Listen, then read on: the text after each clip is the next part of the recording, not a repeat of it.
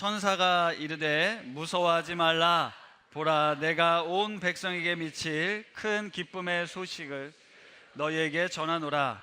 오늘 다윗의 동네에 너희를 위하여 구주가 났으니 곧 그리스도 주시니라. 아멘. 천사들이 목자들에게 나타나서요, 온 백성에게 미칠 큰 기쁨의 소식, 기쁨의 좋은 소식을 전했는데요, 그게 바로 예수 그리스도의 탄생 소식이었습니다. 그런데 예수님이 이 땅에 태어남이 왜 모든 사람에게 기쁜 소식이 되는 것일까요? 우리가 잘 아는 성경 말씀이 있습니다. 이 성경엔 많은 말씀들이 나오는데 그 중에 딱 한 구절을 뽑으라면 여러분들은 어떤 구절을 뽑으시나요? 뭘 뽑으시나요? 안 뽑으시죠? 그렇게 뽑아본 적이 없으니까. 네, 요한복음 3장 16절, 많은 분들이 성경을 압축하면 아마 이 한 말씀이 남을 거다라고 하는 유명한 말씀이 있습니다. 복음의 핵심이 담겨져 있는데요, 우리 같이 한번 암송해 보도록 하겠습니다. 시작. 하나님이 세상을 이처럼 사랑하사 독생자를 주셨으니 이는 멸망하지 않고 영생을 얻으리로다. 요한복음 3장 16절. 이게 다 우리가 아는 암송 구절인데 이게 개역 개정으로 바뀌어가지고 그 노래를 못 부르게 됐어요, 언제부턴가. 그런데 요한복음 3장 16절에는 복음의 핵심이 담겨져 있죠. 예수님을 믿기만 하면 멸망하지 않고 영생을 얻는다라는 것이었습니다. 그래서 천사들이 너희들에게, 아니 온 세상에 미칠 기쁨의 소식, 왜 그랬을까요? 예수 그리스도를 믿기만 하면 누구든지 구원을 얻는다라는 내용이었기 때문에 그렇습니다. 그런데 우리가 오랜 기독교 역사 속에서 아시는 것처럼 요한복음 3장 16절을 너무너무 강조한 나머지 뒤이어 나오는 말씀 17절을 많이들 무시했습니다. 그 내용의 중요성과 어떤 그 의미를 사실 깨닫지 못했는데요, 17절 말씀을 우리가 같이 한번 읽어볼게요. 시작. 세상을 심판하려 하심이 아니요 그로 말미암아 세상이 구원을 받게 하려 하심이라. 이 본문은요, 하나님께서 예수 그리스도를 세상에 보내신 이유를 설명하고 있습니다. 그런데 우리는 온 세상에 미칠 기쁨의 소식을 나에게 미칠 기쁨의 소식만으로 우선적으로 생각을 했다라는 거예요. 요한복음 3장 16절을 암송할 때 꼭 하던 게 있었습니다. 세상 대신 너의 이름을 넣어서 외워라. 하나님이 상윤이를 사랑하사 예수님을 보내주셨다. 내가 예수님을 믿기만 하면 구원을 받는다. 네, 이것을 참 많이 강조했는데 사실 17절에 보면 세상이라는 단어가 3번이나 등장하고 있습니다. 따라서 이 말씀 17절의 말씀은 우리가 기존에 가지고 있던 구원론의 개념을 완전히 변화시킬 필요가 있다는 거예요. 예수 그리스도가 이 땅에 오신 이유는 세상을 구원하시기 위함이었습니다. 그 세상에 내가 포함될 뿐이라는 거예요. 그러니까 예수님이 나의 죄를 위해 십자가에 달려 죽으셨습니다라는 이 십자가 대속의 복음을 넘어 예수님이 오늘 이 땅에 오신 이유는 세상을 구원하기 위함이라는 거예요. 우리 안에 하나님이 세상을 사랑하셔서 예수님을 이 땅에 보내셨다. 그러면 그 세상이 무엇이냐? 그 세상이 누구냐? 이게 우리 삶 속에, 우리 신앙 속에 있어야 한다라는 거죠. 천사가 말한 기쁜 소식은 온 세상을 구원할 그분이 탄생했다라는 것이었어요.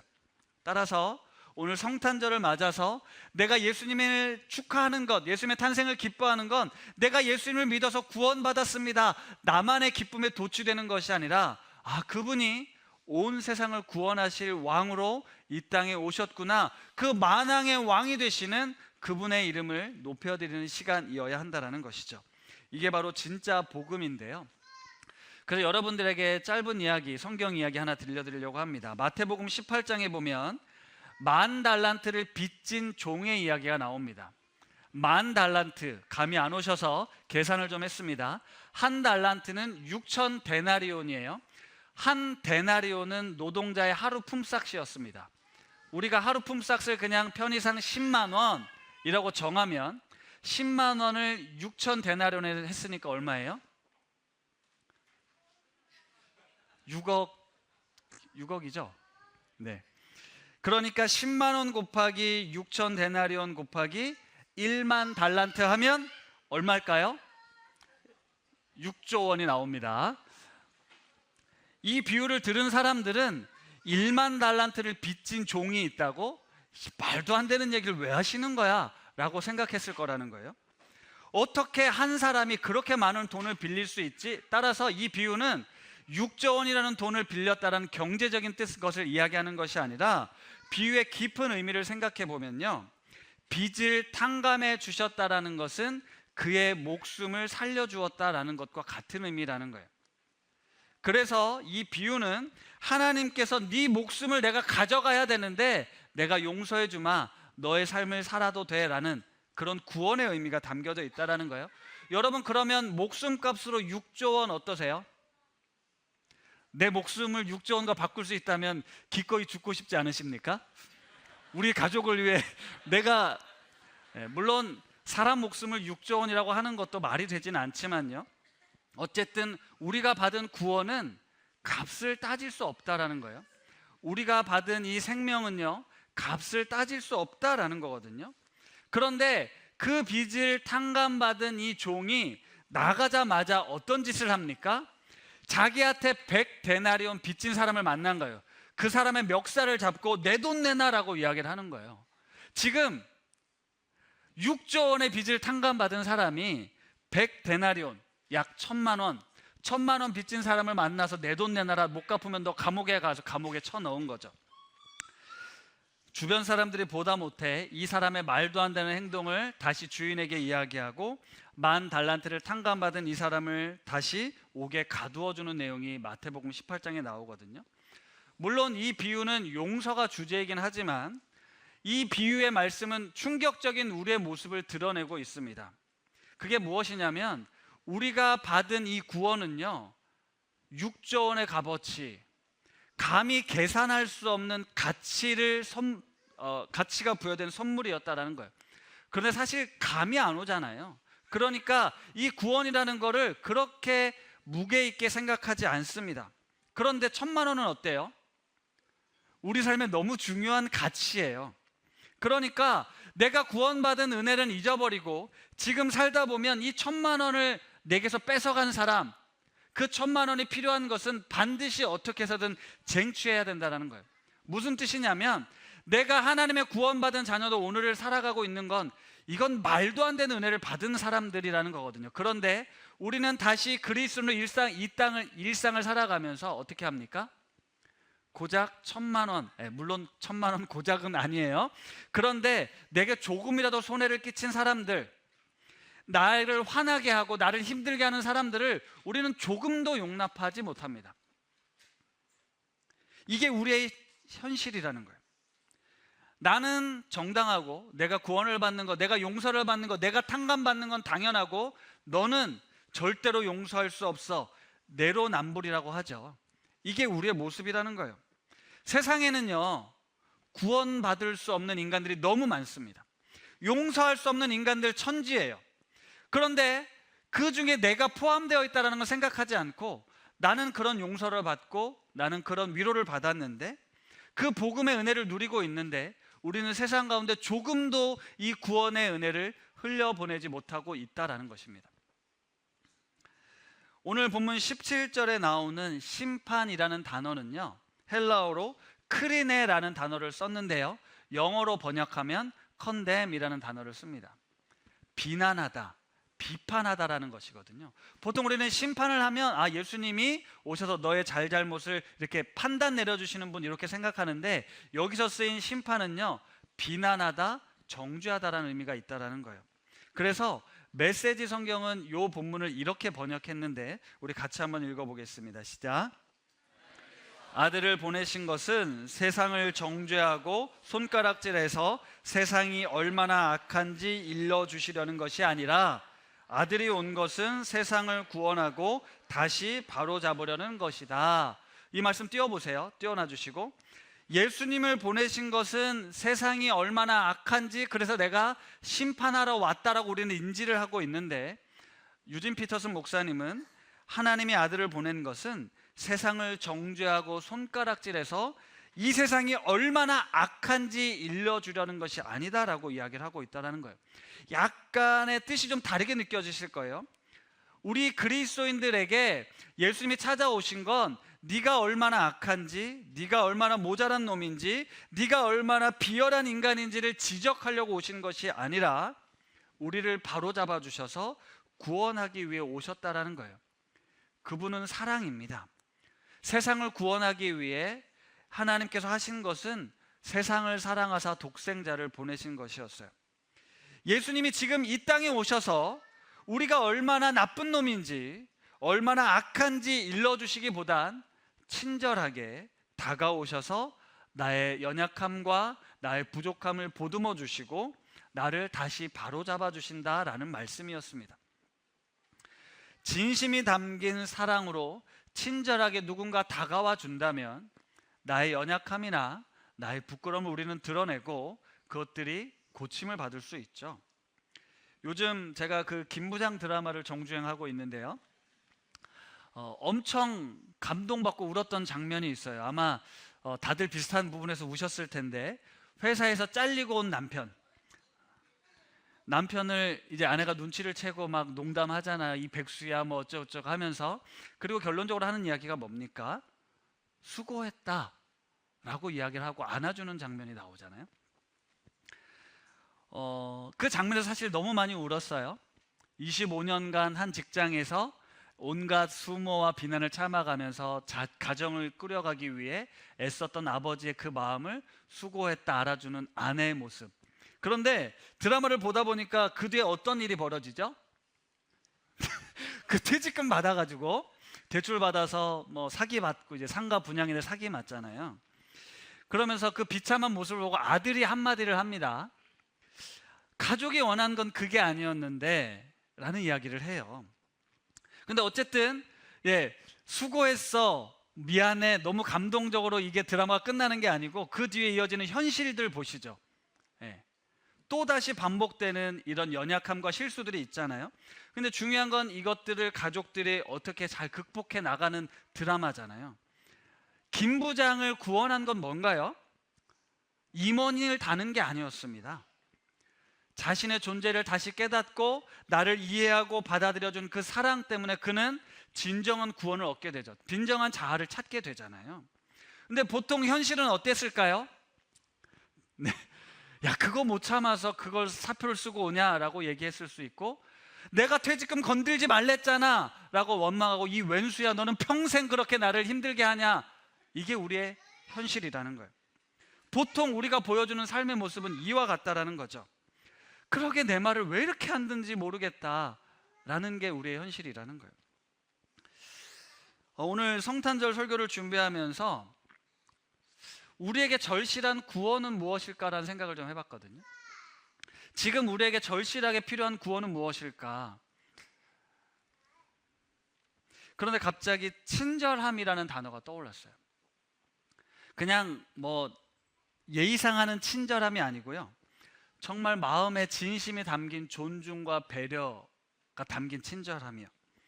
그냥 겉으로는 친절해 보이지만 속으로는 아니라는 거 우리 다 알잖아요.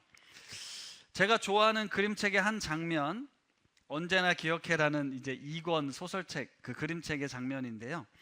여기에 보면 소년과 여우가 끌어안고 있고, 아마 두더지 옆에서 때로는 지극히 작은 친절함으로도 생명을 구할 수 있어라는 글귀가 나옵니다. 이 책의 저자는요, 이상하게 친절함을 많이 강조해요. 특히 자기 자신에 대해서 좀 친절해야 된다라고 이야기를 하거든요. 세상에 친절을 기대하지 마. 세상 사람들은 너를 비난하고 정죄하고 왜 그거밖에 못해, 왜 그 정도밖에 안 돼라고 끊임없이 너에게 그런 이야기를 하는데, 너마저 너 자신에 대해서 친절하게 대하지 않으면 안 돼 라고 이야기를 하거든요. 저는 이게 구원과 매우 밀접하게 결부되어 있다고 생각합니다. 왜 그럴까요? 하나님이 우리를 어떻게 대하시는데 그분이 나를 이렇게 대해 주시는데 왜 내가 나 자신에 대해서 그렇게 세상이 말하는 기준과 잣대로 평가하고 폄훼하는 것일까요? 이 세상 속에서 우리는 스스로에게 친절해야 합니다. 그리고 내가 충분히 사랑받고 있고 넌 잘하고 있어. 너무너무 애쓴다는 거 내가 알아. 비록 결과가 못 미치지만 내가 너의 진심을 알고 너의 중심을 안다. 하나님이 그렇게 말씀하시는 거거든요.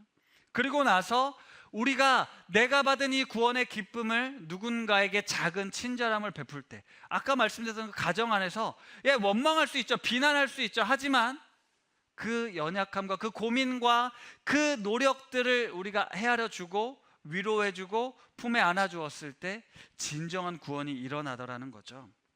그런데 우리가 살아가는 세상은 진짜 만만치가 않습니다. 정죄의 언어, 비난의 언어, 조롱의 언어들이 우리 삶을 뒤덮고 있어요. 인터넷도 그렇고요, 언론도 그렇고요, 게임 세상도 그렇고 SNS도 마찬가지입니다. 좋은 말, 살리는 말 있죠. 하지만 사람들을 자극하고 사람들을 유혹하는 말들은 다 비난과 조롱과 경멸의 말들입니다. 우리는 사람에 대하여, 상대방에 대하여 죽이는 말들, 인격을 모독하는 말들을 아무렇지 않게 쏟아내고 있습니다. 이것은 점점 더 심해지고 있어요. 분열과 혐오가 더 극대화되고 있습니다. 그래서 제가 우리에게 필요한 구원이 무엇일까를 생각했을 때 이 친절함이 떠오른 것 같습니다. 오늘날의 대한민국 사회를 살아가는 우리 청소년들, 우리 청년들, 우리 어른들, 우리 사회의 가장 큰 문제가 지금 갈등과 분열이기 때문이에요. 사람들이 서로 못 잡아먹어서 안달난 것 같습니다. 묻지마 범죄는 점점 더 심각해지고 있고 익명의 세상에서 우리는 조그만 잘못도 용납해주지 않는 그런 세상을 살고 있어요. 우리는 너도 나도 이 세상 사람들이 얼마나 악한지를 고발하는 일에 무척이나 애를 쓰고 있는 것 같습니다. 그러나 오늘 예수님은 내가 그런 세상을 구원하기 위해 오셨다라고 말씀하고 있는 거예요. AI가 주 대세가 되는 시대에 우리 그리스도인들에게 필요한 자세는요, 다정함과 친절함이에요. 인간에 대한, 영혼에 대한 다정함과 친절함이 지금 우리에게 필요합니다. 최근에 출간된 이혜인 작가의 책 다정한 사람이 이긴다에서도 다정함은 지금 세상을 변화시키는 가장 큰 원동력이라고 이야기를 하고 있어요. 아주 작은 친절함으로도 우리는 생명을 구원할 수 있다는 것이죠. 말씀을 마무리하겠습니다. 사랑하는 성도 여러분, 하나님께서 예수님을 보내신 것은요, 세상을 구원하기 위함이었어요. 그 세상엔 내가 포함됩니다. 성탄의 기쁨이 우리에게 기쁜 소식이 된 것은 나에게만이 아니라 이 세상, 우리가 비난하고 우리가 쓸모없다 말하고 우리가 욕하고 있는 그 세상을 위해서 우리 주님이 오셨다라는 사실이에요. 그런데 내가 받은 하나님의 구원의 가치를 우리가 인식하지 못하고 있기 때문에 우리는 세상에 대해서 똑같이 비난하고 정죄하는 일에 혈안을 가질 뿐 그들을 사랑하고 불쌍히 여기며 친절하게 대하는 것들을 행하지 못하고 있습니다. 하나님이 나를 환대해 주신, 하나님이 나를 용서해 주신, 하나님이 나에게 친절하게 다가오셨기 때문에 우리가 지금 이 구원의 은혜를 누릴 수 있는 것이거든요. 그분의 사랑은 진심이었습니다. 그리고 그분의 사랑이 나를 구원하시는 거예요. 사도 바울이 우리에게 이렇게 권면해 주고 있습니다. 같이 한번 읽어볼까요? 에베소서 4장 32절, 서로 친절하게 하며 불쌍히 여기며 서로 용서하기를 하나님이 그리스도 안에서 너희를 용서하심과 같이 하라. 성탄의 기쁨을 고백하는 오늘 이 시간, 우리 그리스도인들이 서로 친절하게 하며 불쌍히 여기며 서로 용서하기를 하나님이 그리스도 안에서 너희에게 용서하신 것처럼 하라 라는 이 말씀을 오늘 마음에 새기고 돌아가면 좋겠어요. 성탄의 기쁜 소식이 전해진 오늘, 나와 너 우리 가족들에게 높은 뜻 우신 교회와 우신 중고등학교 안에 대한민국과 세계 모든 나라와 민족들 가운데 예수 그리스도를 통한 구원의 역사가 간절히 나타나기를 소망하고 기도합니다.